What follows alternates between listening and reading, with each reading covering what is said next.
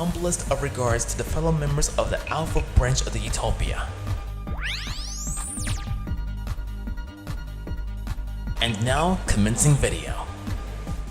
What is up everyone, my name is the one and only Silverreploid CLE. How are you guys doing on YouTube? That's right, the Silverreploid / Inkling coming at you live looking fresh in the flesh on the net, stream or non-stream, and welcome back everyone to another video. First things first, hope you guys are having a very blessed and safe Monday thus far. We're down to the last few weeks of November, and of course, yeah, we can already confirm at this point that this year went by so freaking swiftly. Although time flies and everything, but hey, we're still ourselves and life still goes on nevertheless. But either way guys, welcome back to another video, and of course we got our first upload right here, which is me reacting to some more SCP explanatory animations. And yeah guys, hope you guys are having a very blessed and safe Monday thus far. And of course it is I started to get started with this mighty early because, well, not only have I been like out of whack with my video making schedule and of course uploading and whatnot, but the storm is on the verge of brewing in the next couple of hours, so I want to get this out of the way for you guys. That's number one. Number two, before I get to the description of what we're about to react to today's episode of SCP, today is none other than one of my collaborators' birthdays today, who is well known for overwhelming me in turf battle and everything.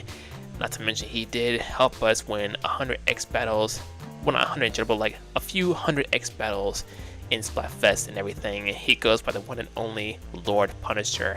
God bless you, bro. Happy birthday to you, man. And if you're watching this video, God bless and you rock, man. So happy birthday today to Lord Punisher, and make sure you wish happy birthday everyone. So let's get started with this explanatory animation right here that we have for today's episode. This one is SCP-3000 Anantashesha.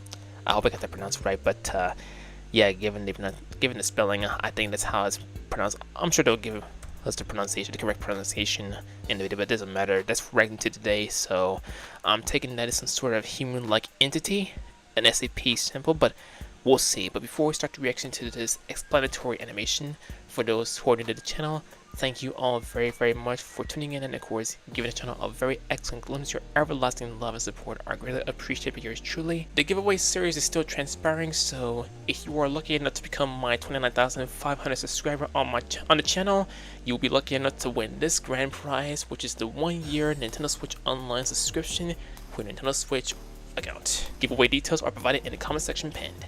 Make sure you also like this video if you enjoyed, leave your comments down below, and subscribe for more with the notifications activated. And of course, big shout out to the members on behalf of the Utopian branch, aka the membership VIP branch, if you will. If you also want to become a member on behalf of the branch, please do not hesitate to refer to the join button, review the perks, and when you join, they'll be granted to you by yours truly. Make sure you subscribe to SCP Explained for more of their explanatory animations. As always guys, I'm going to add the channel in the description, comments in the outro, and with that being said guys, let us go ahead, react to this episode. We shall see how it goes. Wrong clip now.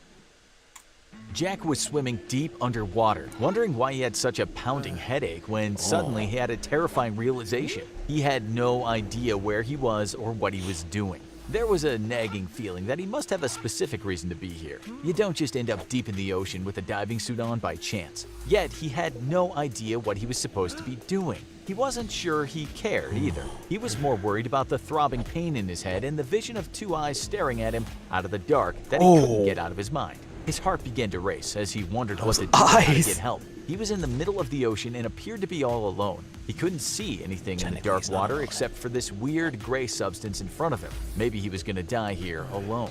Without knowing if anyone could even hear him, he began to speak aloud about how he was consumed by sickness and that darkness was all around him. This is the story of one of the most powerful and dangerous anomalies yet discovered, SCP-3000.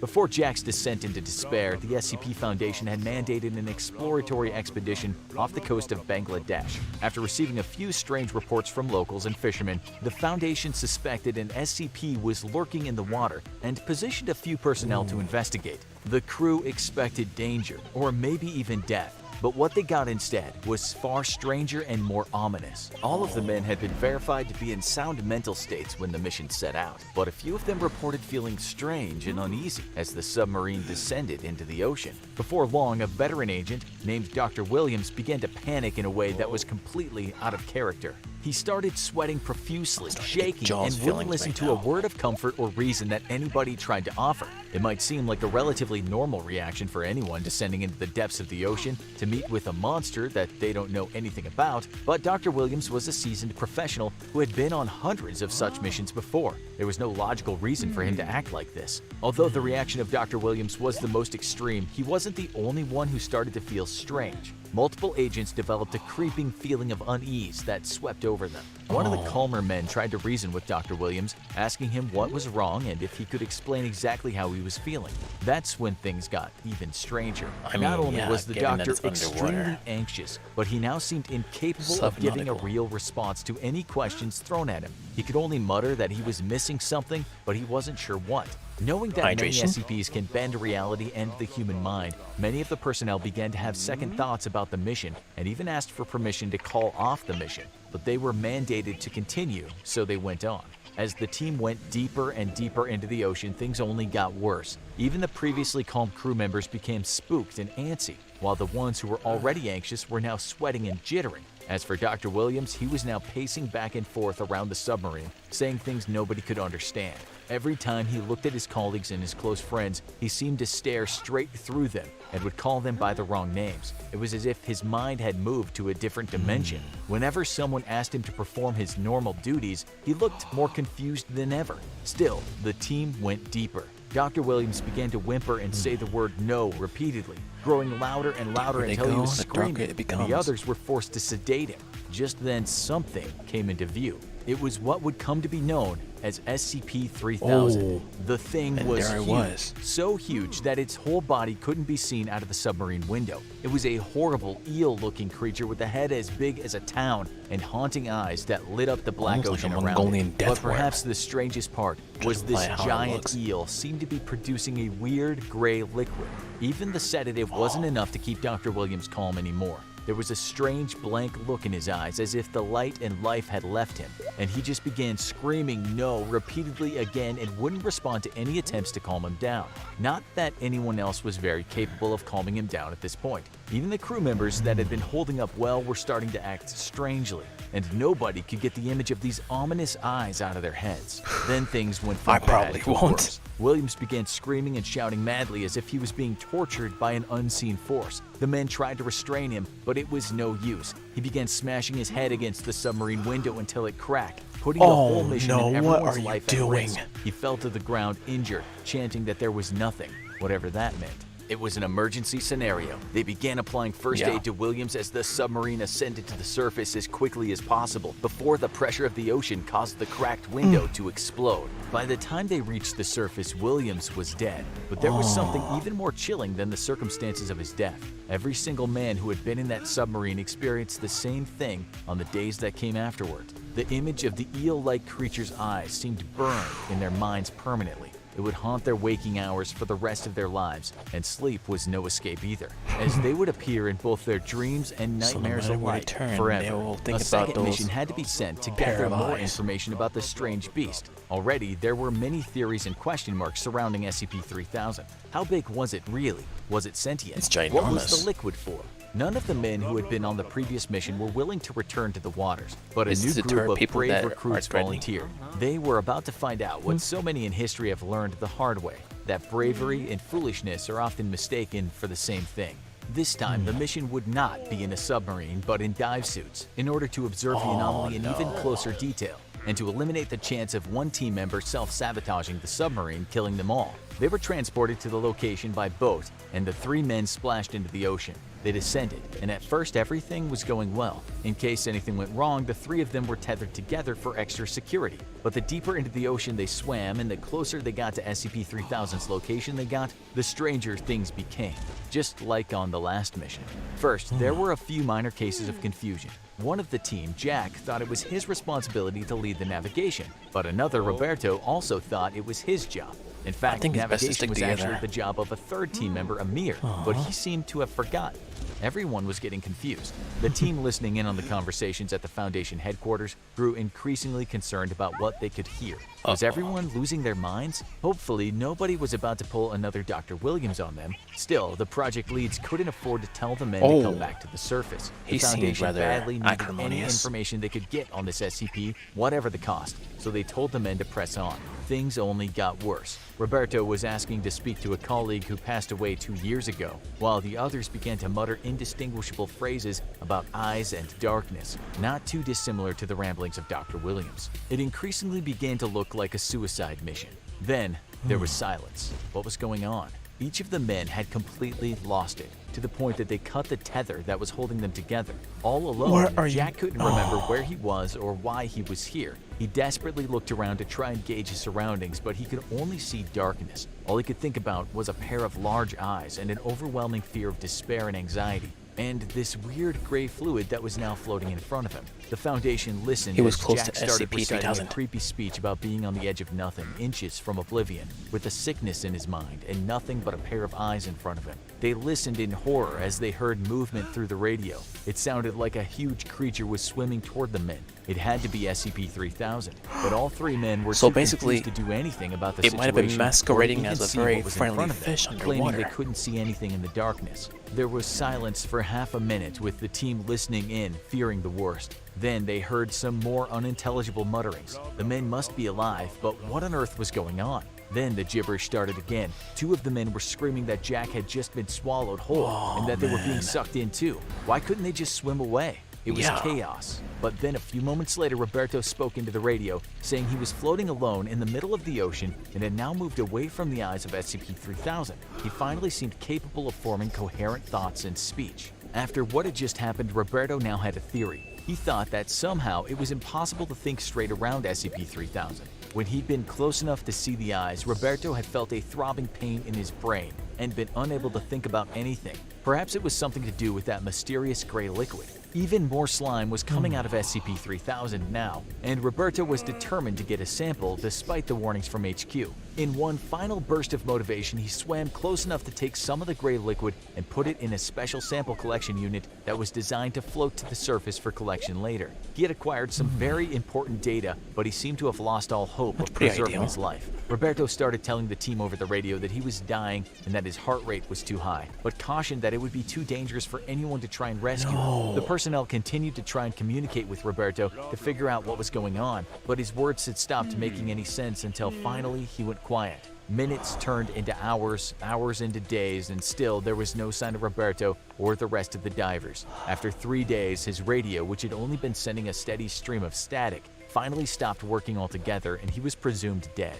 However, the sample Roberto had collected had survived and made it to the hands of the Foundation researchers. It turned out to be a viscous substance now known as Y909, a chemical compound and extremely strong anesthesia. Y909 causes head pain, paranoia, fear, panic, memory loss, and confusion, explaining what happened to Dr. Williams and the diving trio. The collection of Y909 might have resulted in 2 disastrous missions, but there's a silver lining as the substance ended up becoming an invaluable tool for the SCP Foundation. Its ability to make people forget what had just happened to them can be used to eliminate knowledge of threatening SCPs among the public. It also helps the Foundation staff cope with the traumatic experiences they encounter on their missions. Although other amnestics can be used for the same purpose, none are as powerful as the one produced by SCP-3000. Before its discovery, the amnestics used would break down too quickly, not fare well in storage, or cause undesirable side effects. The only problem is the method of sourcing. The only way to obtain Y909 is somewhat ethically questionable for most people.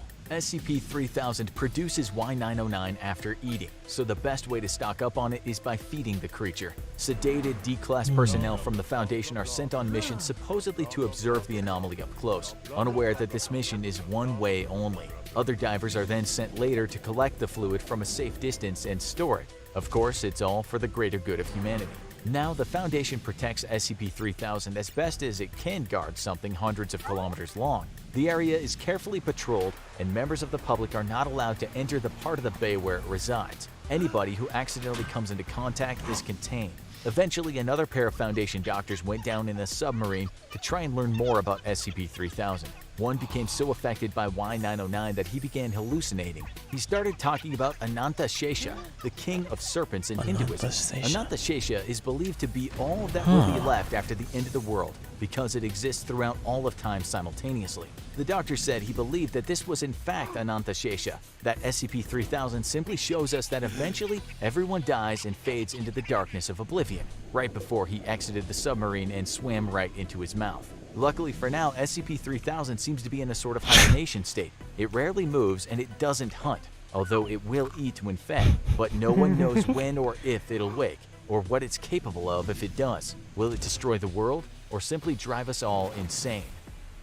I mean, it is called an underwater creature for a reason that produces its own substance and everything once it consumes food.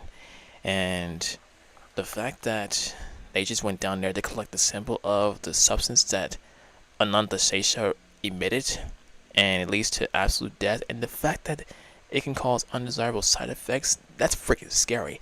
You know, one year I thought about going swimming, like to a beach or something, and of course I almost thought about going for some diving gear, but given that I've seen this documentation of an animation, explanatory animation, I'm starting to feel rather adamant about going underwater and everything, even though I sometimes fear going underwater. Well, not sometimes, but when I was at the beach one year, when I was like a little kid, I almost drowned because, well, I didn't know technically how to swim, and I wanted to be coached on how to swim, but hopefully one day I'll get down that road. Okay, so that right there was my reaction to SCP-3000 Anantashesha, the underwater SCP that, yeah, it's that creature that has those ominous eyes, and oh my gosh.